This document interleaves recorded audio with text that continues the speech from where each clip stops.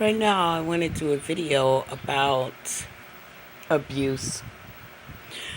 I'm not going to title it until I'm done talking because it seems that every time I do a title and then afterwards I end up speaking about a different subject on abuse.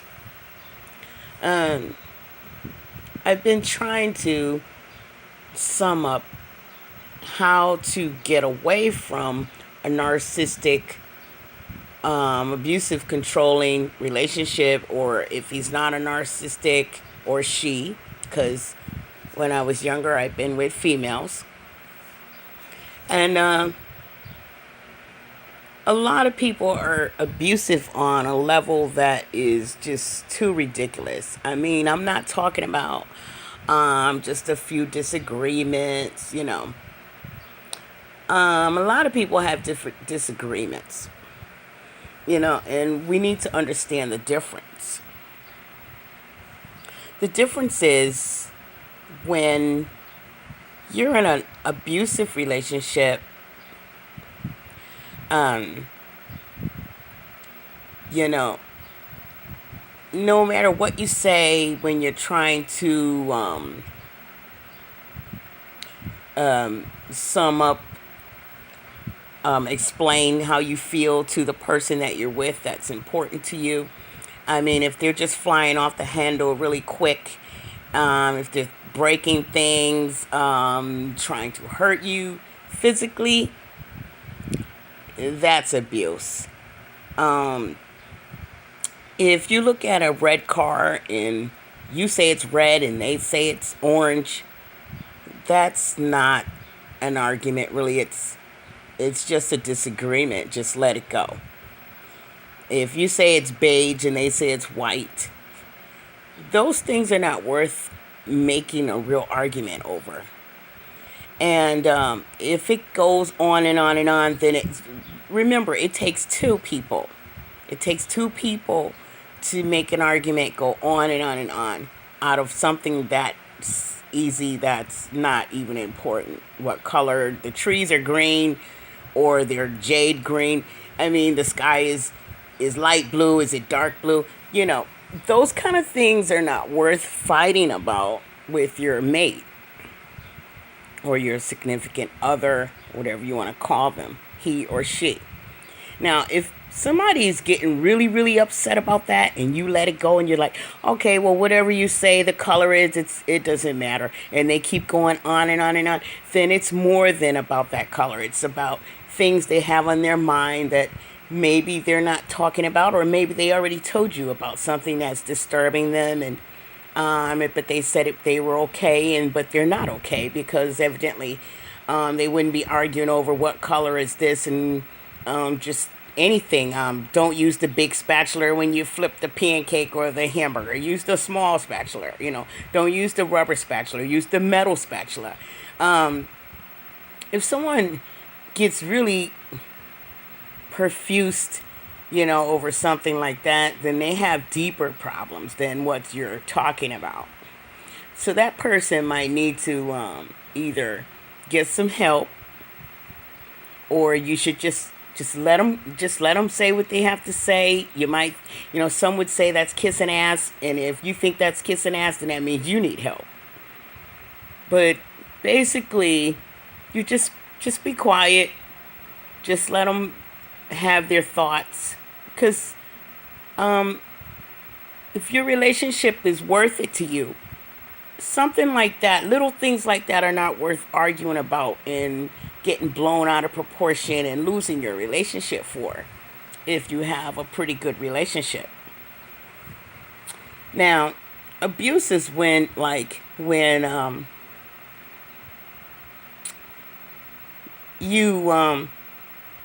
you have someone who's helping you pay the bills, and they say to you, when you're trying to do the best you can because they're paying more of the bills than you, and they say to you, I'll do whatever I want to you. You're bought and you're paid for, and you'll do what I want. I've heard that statement. you know I've actually heard that statement. it was said to me. So I'm talking from experience. That's an abusive person. That's a person who means to control you in every way, no matter what. Or, for instance, he bought me a wig. It was beautiful. I really wasn't into wigs before, but yeah. So he got me a wig. He bought it. He paid for it. So we're riding down the street. We're doing okay. We're having a kind of okay day or whatever. And one little thing happened. Just one little thing. We stop the car. We go in the store. I come out the store. I was a little agitated because he only got what he wanted and he forgot to get what I asked for. And I had went in the store with him. He says, go in the, get in the car and I'll pay for it. He comes to the car and he doesn't have what I wanted in the bag that I put on the counter. So, of course, that caused me to be upset. And instead of just letting it go and, just waving my hand and going in the store and paying for it, I go on and on about, you must don't care about me because if you did, why would you leave that on the counter? I wanted it. We were talking. How could you, be standing right next to me and not hear me saying, laughing and making jokes about what I put on the counter to the cashier and how happy I was that they had that certain type of chips or whatever it was. And, how could you do that? You don't care about me. That was, of course, when I was less mature years ago. He got really upset and said to me, you're bought and you're paid for, and you'll do what I say. And if you don't like it, it's too bad. So I say to him, I'm not going to let you talk to me that way today. I'm not feeling cared about right now, and I'm going to get out of this car and take the bus the rest of the way where I have to go. So as I proceeded to open the car door, he snatches the wig off my head, and my hair was just not even braided neatly underneath, it wasn't nice, which forced me kind of to get back in the car because it was really embarrassing. I didn't jump right back in the car, but I'm standing there, I'm upset, I'm like, how could you do that? It's just more proof that you don't care about me.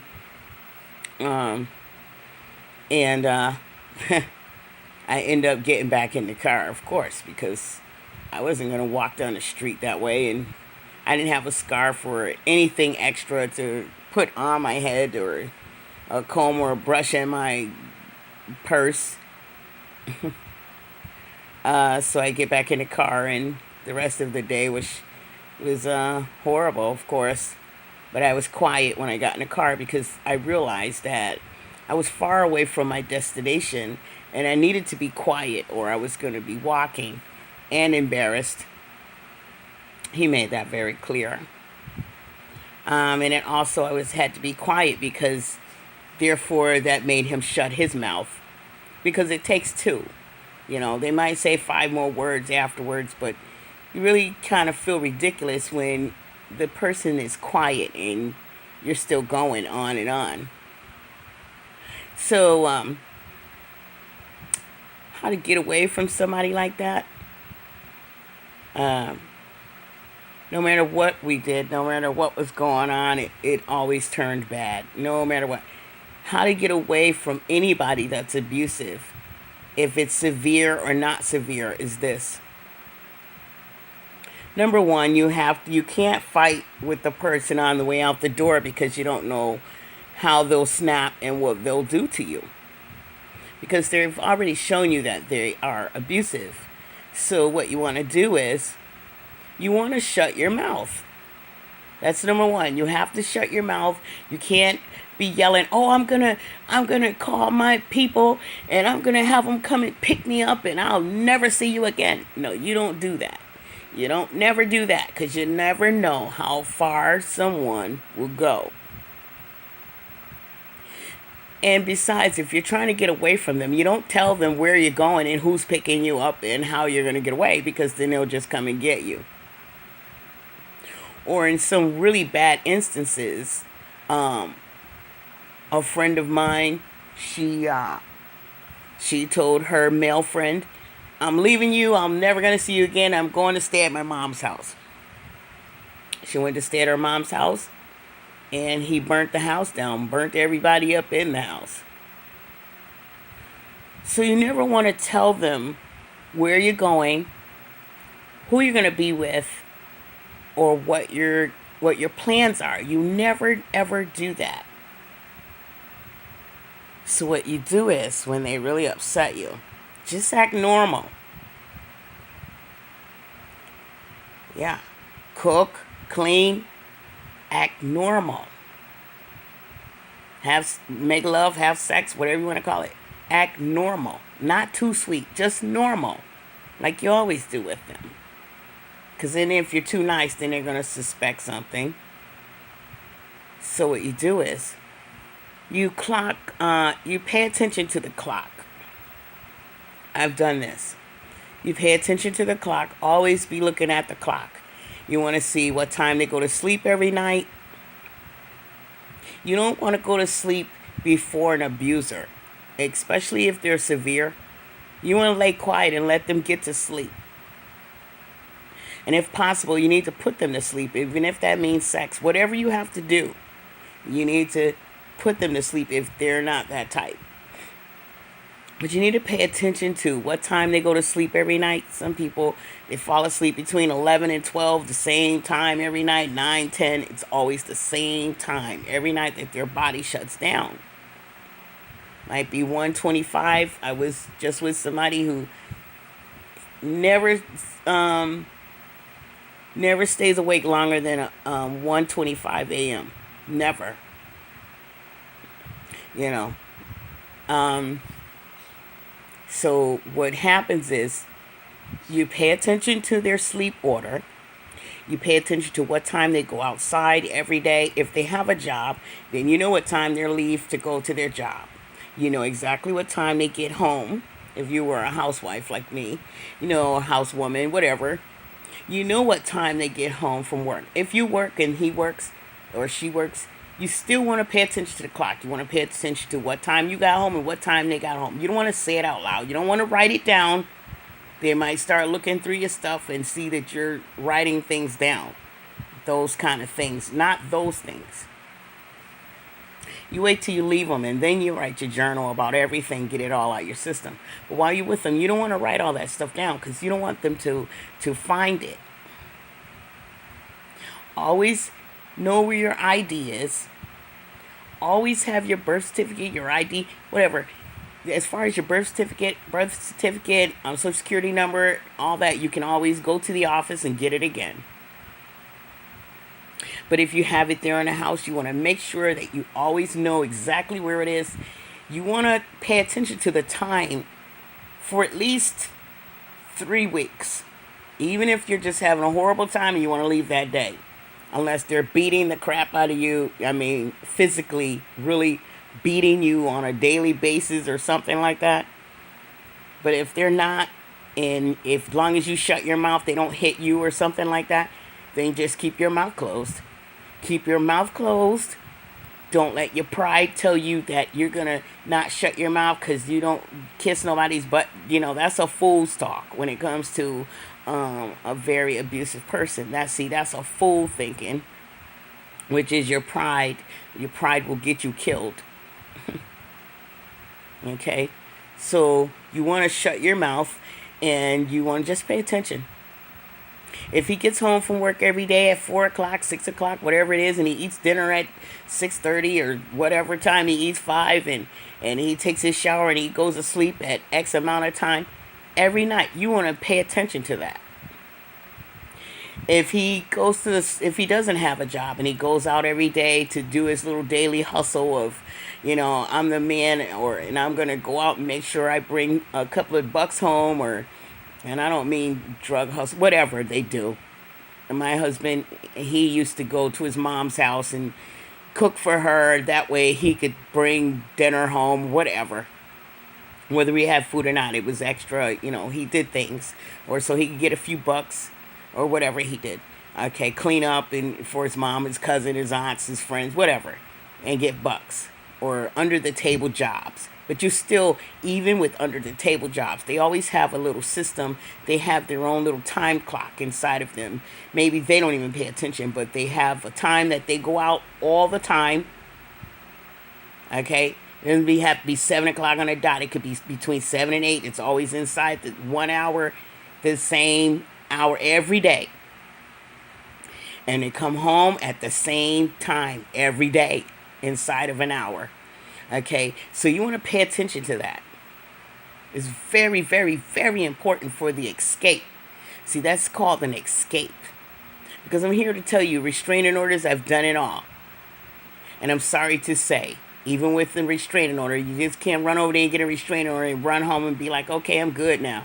Because they will come back and knock on the door anyway, restraining order or not. And they don't care if you call the police or not. A real abuser doesn't care anything about a restraining order. So you don't want to even, and then you go to court. I've done it. You go to court, I was in court for 4 years, and he was still not going to come into the door. So I'm sorry to say that doesn't work. The only thing that works for is possibly maybe he might go to jail. But even then, when he went to jail, he got, even if the bail was $1,000, he was out in the morning and he was still back at my door. So you watch the time they leave, you watch the time they come back, how long they're gone. And my ex was never gone for more than 7 hours. He was never back quicker than 4 hours. Which told me, okay, when I make my escape, at the least I have 4 hours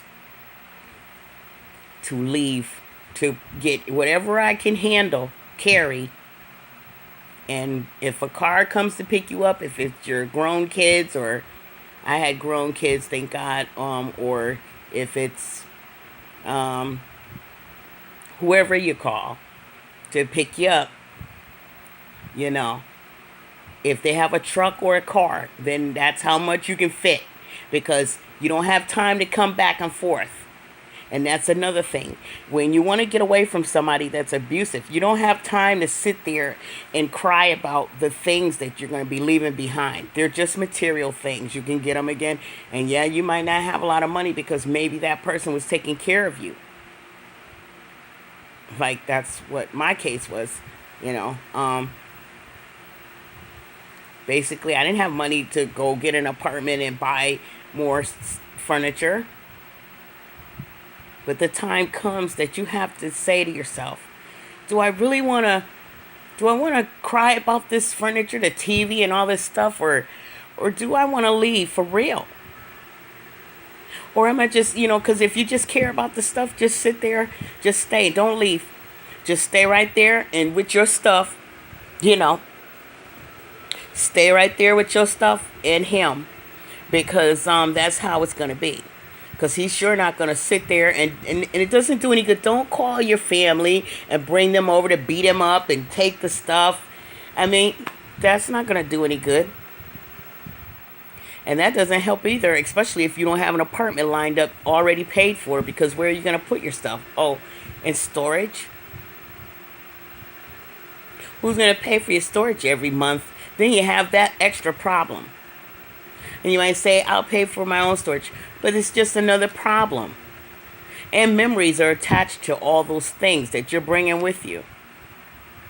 If you're going to start fresh, start fresh. And some will say, well, why should I leave my house? And, he's the one that's acting up, or she's the one and she can't act. She won't act right. So I'm not leaving my house. Let them leave. Well, then you'll be there a few more years. Because that person ain't just going to get up and leave. And they're attached to the stuff that's in the house too. And they don't want to start over either. And they definitely don't want to let you go because they're not done with you, whatever they're doing with you. And some of them are not trying to let you go because it has nothing really to do with you. Sometimes it's not even about you. Sometimes they don't want to start over either. Period. So that's just another fight. And then if you involve your family, for what? so they can have deal with the chaos and the confusion. I mean, that's not right for them. Your family have to deal with the chaos and the confusion. And then he already knows where all your family lives, and she knows where your family lives, where they all live. So that makes no sense, to even involve them and get them all upset and riled up and fighting, and the cops come because the neighbor's going to call, and then, then you got your family members in trouble. Some of them might get in trouble, or he might go over to their house and burn their house down. You just never know. Or you might go get his family, and then it's his family and your family, and it's just a mess.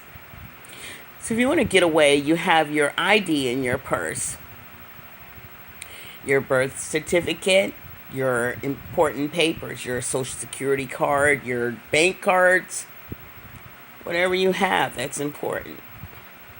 Your credentials. You want to take a copy. You want to always make sure you don't even have to take the lease, because when you get an apartment, you can always just call the landlord and tell him, listen, I did it. I've done that. You can call your landlord and tell your landlord, look, I had to get away from that person because he was breaking my arms. He was twisting my arms, whatever, banging your head in the wall, whatever he was doing. That was very harmful, more than just an argument. A lot of people have arguments, And I mean, if you're looking for someone to be with that's so perfect that you'll never have an argument, then you'll never be with anyone. Unless they're brain dead and they can't talk. So, or unless they have none of their own ideas. I mean, so you can't leave someone because of an argument and go find someone else thinking that, this person is nice, we had nice conversations, so I'm going to leave this one and go be with that one, because when I talk to this one, they never argue. We just talk real nice, because that only lasts for a few weeks. And basically, once you move in together, that's when it all starts. Because really, as long as you're not living together in the same house, it's really, I'm sorry to say, it's much better. I mean, it's maybe not at night when you want to roll over and hug that person, snuggle. But as far as if you're running from arguments, if you're breaking up with people because of arguments, then you're best the type of person to keep your own apartment. And let them keep their own apartment. And you have to have trust. And you have to trust that they're not going to be with someone else when you're not there. And you can't just sit there at their apartment all day. And they can't sit at your apartment all day, because then it's the same thing. And then you're going to have arguments. So what happens is, you have all your credentials. When I left, I took he was always gone for 7 hours a day. I knew the whole routine. And basically, I had tried sleeping in the other room. I had my own bedroom, and that wasn't working anymore after a while. That worked for about a year and a half, maybe couple of years. It did work out. I had my room, he had his room. I made it that way, so I could have my own space. I closed the door, and I didn't talk. He wouldn't see me for all day.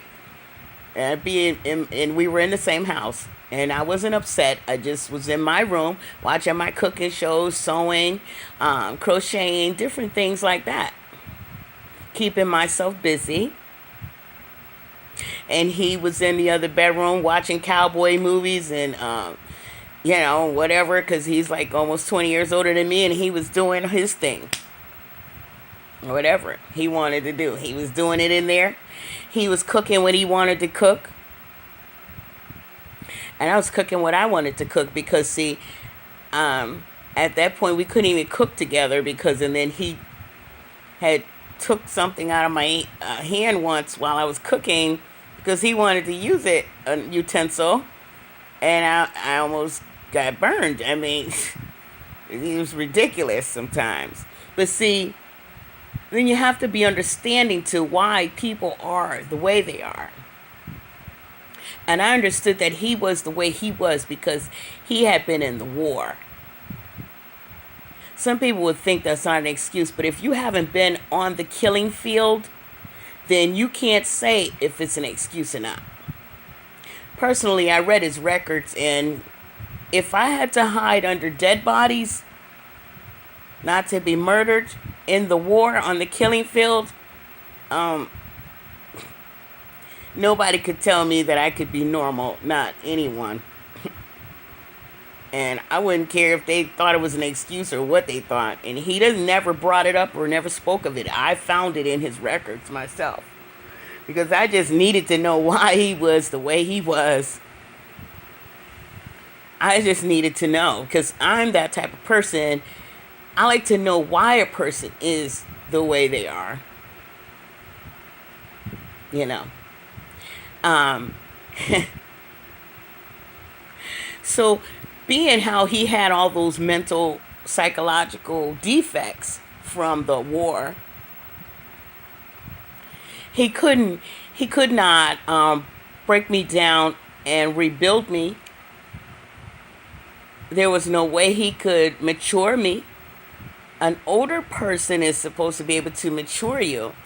He could not. He could not because he was all messed up and he wasn't mature either. He acted like the 17-year-old that he was when he went to the war. So basically, at 17, he went to the war and he got stuck mentally.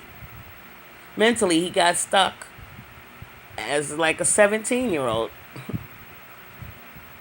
It's very immature. And so he couldn't mature me. So that kind of, you have to look at all those things. You know, I didn't just run off. I mean, I waited. I demanded in court that they get him help. And while he was doing therapy, and I did therapy, you know, but see, that takes years and years and years and years of healing. And before the healing, you have to be broke down. Before the healing, you have to be broke all the way down to the beginning of the nitty-gritty of the nitty-gritty. Like a newborn baby. To be rebuilt when it's severe psychological defects. Severe, I said. Not just some little bit of, you know, oh, I didn't get a sandwich 2 days when I was little. Or whatever for lunch, for school, or whatever. No. Real defects that are caused by real trauma. So, in that case, you know, it's best to, because he definitely wasn't in agreement of me having my own place and him having his own place. And he would try it and he'd do it for 4 months. And next thing you know, he'd be back. It'd be every day, every day, every day. And you can't be with someone every day who is not mature and heal. You cannot. You can't be with someone every day who has psychological, big, severe problems, trauma, PTSD, and expect to, and you definitely can't change them because they have a lot of work to do. That comes from inside of them. You know, maybe you could be the person that could help them to mature, or to get, maybe they're mature and they're not over their traumas of whatever their trauma was. And sometimes there are hidden traumas. Some people have hidden traumas that they never thought of or never remembered until later in life. But it takes just real quick, they can go off on you because and they'll say that it's just you, but it's not just you. It's them. It's hidden traumas that they buried inside of them when they were little. and never wanted to think about it again. Just put it out of their mind, or maybe some grown person when they were little told them don't ever think about it and don't ever talk about it again. So there's a lot of factors in relationships. Lots. And now see, I'm a late bloomer, but I can also say that I have much experience. And I mean late bloomer, I only mean sexually, period. Not, not in other ways. But see, to end this, because that's going to be another video. There's just so much to talk about.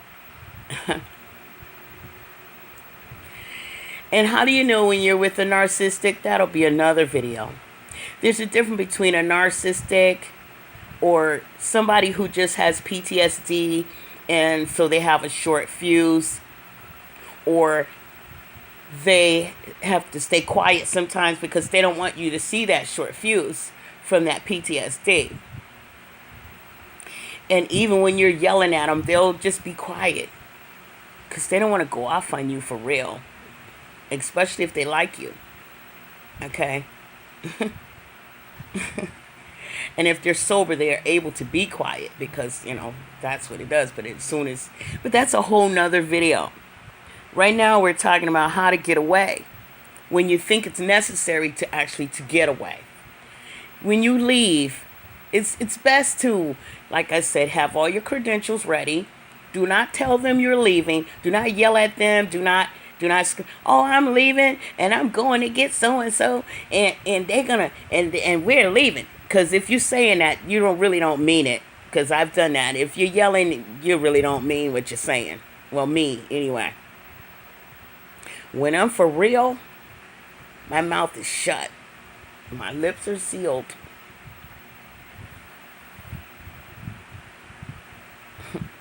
When I'm serious, you would never know what I'm thinking.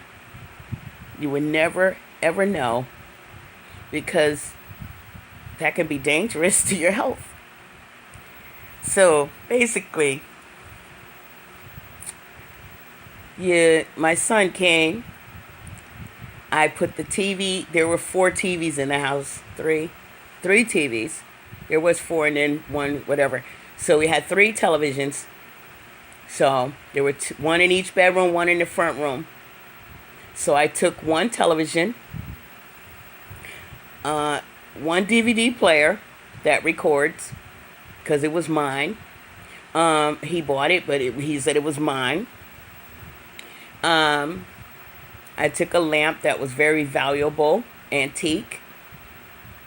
I took 1 bag of clothes, a pillowcase full, my best Sunday clothes, my church dresses, not even all of them, just 1 bag. Whatever I could fit in that pillowcase is all that I took. And a couple of 2 pair of jeans and 2 blouses. That's it. Did I go back for the rest? No. I had a $4,000 bedroom set.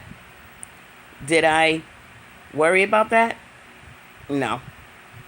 You can't carry everything. You have to choose what you want when you leave. Did I call the police? No. Because they don't help.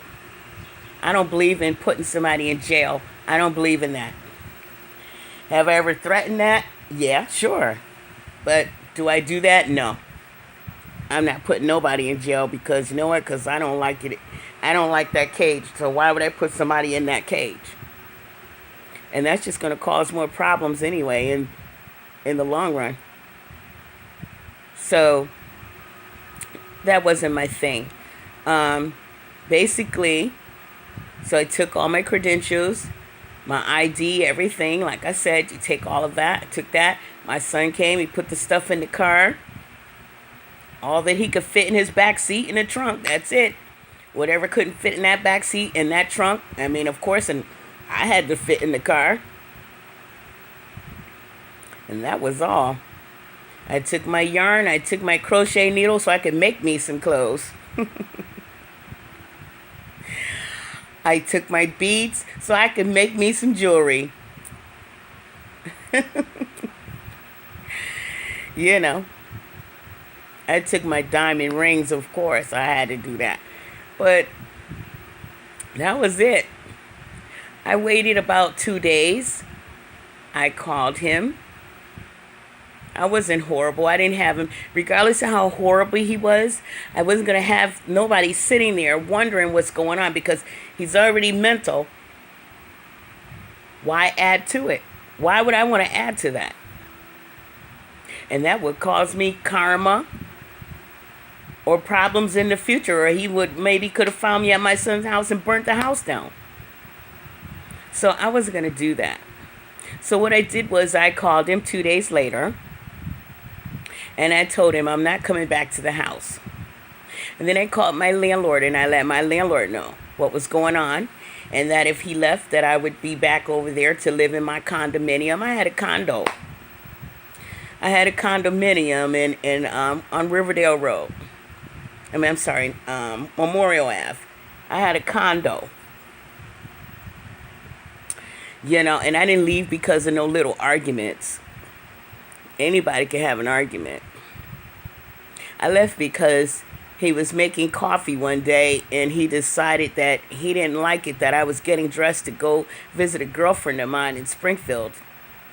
So very quietly, while he was boiling that water for his coffee, and next thing you know, he threw that pot at me and that water melted my blouse, and the material was melted and it was sticking to my skin. So yeah, that's when it was time for me to go. And I didn't even tell him that day. I just kind of screamed and went in my room and told him I'm not going. Fine. And I went out. I said I'm just going outside, take a walk. And I didn't go because I wasn't going to have him. I couldn't stay at our house, so there was no need for me to carry out that plan. So I took a little walk, and when I came back, and I went in my room.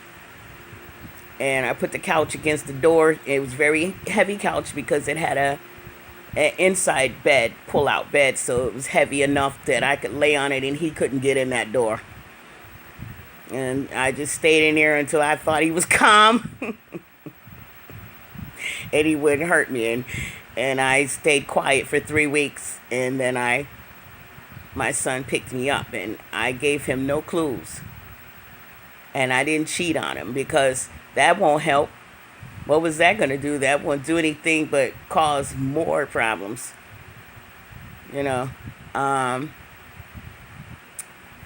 So that's how you get away from a really bad relationship. And again, I'm not talking about little arguments. Some arguments are just disagreements, and some arguments are misunderstandings. Some arguments are confrontations that cause you to break down and grow. So there's different things, different situations. So when I was gone and I let him know that I wasn't coming back, and he asked me what could he do to make it different, and I told him nothing. You could do nothing to make it different, because only time. I didn't lie to him. I didn't pretend, and I wasn't with another man or woman. And I was by myself for 9 months. I did not mess with anyone, not because of him, but because that's just how I do it. I'm not going from this one to that one. That's just not my thing. Mostly because I think that between relationships, I need time for growth and, reflection. That's why I won't go from this relationship and then go into another relationship in a couple of weeks or a month, because whatever I'm doing wrong with this one, then I'm going to take it to that one. Guaranteed. Even if they're a different kind of person, it's still, but that's a whole different video. This video is about how to get away. how to get away. Again, watch the clock, watch the time, watch how long it takes them, what time they leave the house each time, how long it takes them to come back home. If they go in and out, if they're the type that goes in and out, you still want to clock it. You want to see how many times a day do they go out. How many times a day when they go out, how long do they stay out each time? Because people have their own patterns, even if they don't recognize it. So that's what you want to do. And then on the longest time period that they're out, that's the period that you want to choose to leave. In a dangerous, I'm only talking about dangerous situations. I'm not talking about people who argue and can't get along. That's not what I'm talking about. I'm talking about physical danger, or even just someone who just scares the hell out of you when when you disagree with them. That you can't have your own opinion. Just because you don't agree with what they're saying, and then they get mad at you and act like you're the enemy.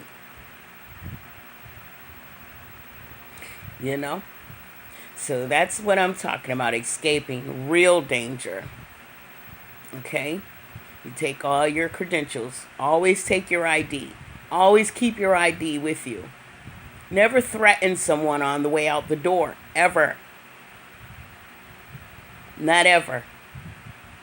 And if I yell at somebody, it's because I believe they love me, and I can kind of, do that, and they'll just wave their hand and be like, she just being a bitch again, And that would mean that I don't believe that they're dangerous to my health. But if I think that he's dangerous to my health, or she is dangerous to my health, because I knew one female that she was not, then you be quiet and you find your way out. And I'm speaking from experience, which is the best school. And never, ever, ever, don't ever tell a dangerous person that you're gonna, go have sex with somebody else because you're sick of their shit or whatever. I mean, even if you don't mean it, because I've said it, not meaning it, just to get them to thinking that it might give me more attention.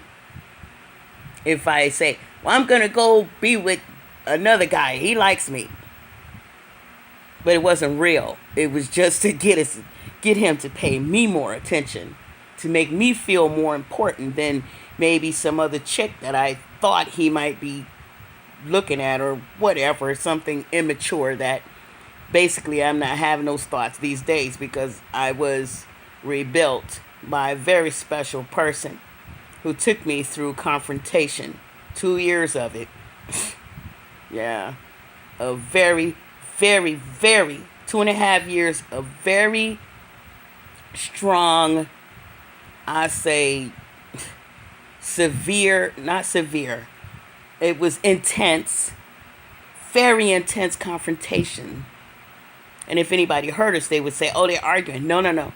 He was taking me through confrontation, that's a whole nother video. And thanks to him, I've been rebuilt and reborn, thanks God. And I'm stronger and more mature. And I like that. Really grateful for that. But that's a whole nother video. So again, and when you get away from this person, you don't ever want to call the person after, like I called him just to let him know that I wouldn't be coming back, because he was too severe and he refused to do therapy, and he didn't want to do the therapy. He didn't, I had set it up and he didn't want anything to do with it. You see. But I didn't call him up in between and pretend like I liked him, and I didn't, like I said, and I definitely didn't go have another relationship all quick or whatever like that, because number one, I needed time to reflect and grow again. And number two, I was going to chance him finding that out and hurt him further and deepen his psychological damage. I was going to be part of making somebody else's psychological damage worse than it is, which would only cause me karma, number one, and could have got me killed, you know. And besides that, I love God, and that's just not cool, you know. I love God more than, I mean, I don't go to church every day, and I'm not perfect, and I never, I put up a lot of inspirational posts, and some people say that know me say, well, why do you put that post up and you don't even do that like that? It doesn't mean I don't want to do it that way. If I put an inspirational post up, it's because I want to do it that way completely. Maybe I do it that way halfway, or maybe I try to work on that. Maybe it's something I'm working on. It doesn't mean that I think that I'm all of that. It doesn't mean that I think that I'm better than anyone else. Doesn't mean that I think I know more than anyone else. Doesn't mean that I think I'm a saint and then in behind closed doors I'm not. No. It means I'm human. But my spirit is always willing in a positive way to live in a positive way. And I'm always trying to inspire someone else in a positive way, even if it's not something that I'm perfecting, but it's something that I'm working on. Also, it's something that I agree with and I believe in. Doesn't mean that I perfected it, you know, because there's nothing perfect here but God. Okay? Peace, love, and light.